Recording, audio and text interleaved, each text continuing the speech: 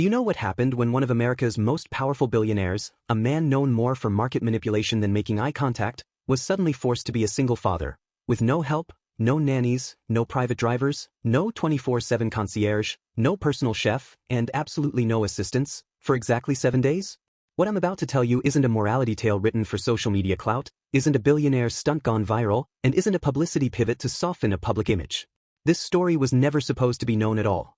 It happened in real life, unfolded quietly behind glass walls and private gates, and nearly shattered one of the most enabling minds in modern finance. A man wealthy enough to retire the moment he graduated college, yet powerful enough to walk Wall Street like a king amidst kings. His name is Daniel Rowe, age 56, titanium white hair, voice sharp like it's used to cutting people off, and the founder of Veritas Capital, an investment empire larger than what most banks manage, with ties to government contracts, biotech innovations, defense infrastructure, and quietly, a lock on 3 of the 10 largest pension funds in America. His picture has appeared in Forbes' richest under 50, Bloomberg's economic titan list, and rumor has it he's turned down political cabinet positions twice.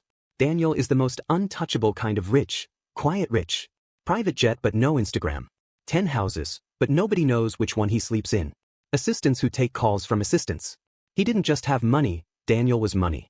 And in the middle of that aerodynamic, surgically clean reality, he carried an old wound he couldn't monetize or invest his way around. He'd failed as a real parent.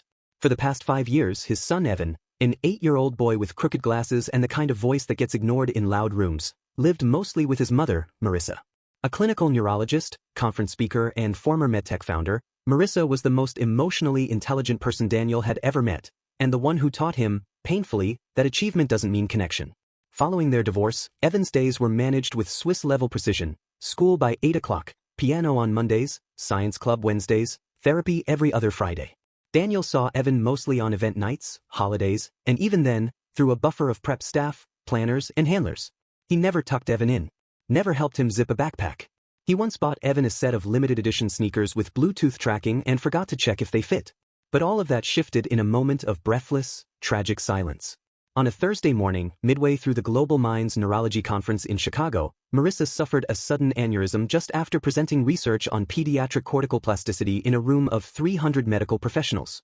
She collapsed on stage. By the time Daniel's phone rang, it was already too late. The woman who had raised their son with grace and presence was gone. And with her, every plan, every backup system, every well-oiled routine. And just like that, Daniel wasn't a billionaire anymore. He was just a man, with a child to raise, alone, starting now.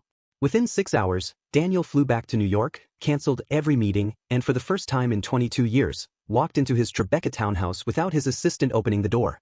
He sent everyone home. The driver. The robotic AI nanny he had been trialing. Everyone. And when asked if he wanted a care coordinator or private grief counselor for Evan, Daniel said no. Just him and Evan. For 7 days. Alone. Daniel had no idea what he was doing. Day 1 began with cereal, which he couldn't find. His UH&W designer kitchen had fridge drawers he didn't know how to open. Google became his parenting manual. Day 2 brought socks, a seemingly innocent task that took an hour when he couldn't figure out which ones Evan would wear without causing a meltdown. Wednesday came with a fever. Daniel panicked. He checked Evan's temperature 4 times in 10 minutes. The house was a maze of pharmaceuticals, half expired, none labeled clearly. But somewhere between Thursday's spelling test, which they got every word wrong on, and Friday night's failed meatball dinner, something inside Daniel cracked open. The man who once moved oil markets with a phone call now found himself kneeling on the floor, trying to rebuild Evan's science fair project with stick glue and anxiety-induced sweat. That same night, Evan cried over a hamster named Pickle who escaped under the couch. Daniel ripped a $3,000 couch he didn't even know how to move off its legs just to pull Pickle out, covered in dust and tears, both of them. On Saturday, Daniel learned how to make microwavable mac and cheese. The real emotional grip happened Sunday night, when Daniel watched Evan fall asleep mid-sentence, his hands still clutching Daniel's shirt. For the first time in decades, Daniel didn't check the markets overnight. He didn't respond to emails. And he didn't check his morning digest updates. When Evan asked that night in half-sleep, "Are you staying Monday too?" Daniel couldn't answer. Because Monday meant boardrooms, mergers, a multinational proposal awaiting his sign-off. Dozens of people. Millions of dollars. But the warmth of that tiny body still curled against him told him what countless TED Talks and self-help books never did: presence is more valuable than profit. Daniel had never cried at a funeral. Not even at his brother's. But the next morning, after pouring 2 bowls of cereal, he sat on the floor in their robe-draped kitchen and sobbed quietly into Evan's toast because, for once, money couldn't fix what he wanted to stay. He didn't want this life for just a week. He wanted a do-over. And slowly, he started rebuilding his entire orbit around Evan. He didn't retire, but he restructured, delegated more, left the markets at markets and stayed home 3 nights a week. No announcement, no LinkedIn post, no interview about rediscovering fatherhood. But over the next few years, Daniel's friends said the same thing. He laughed more. He took real photos, not posed ones. He danced at Evan's 5th grade graduation. This story isn't a PR stunt or billionaire tearjerker fiction. I've confirmed it with his housekeeper, his former CTO, one prep school teacher, and yes, even Marissa's mother, a woman who said, quote, "I didn't just lose a daughter. I gained the father she always hoped he'd become."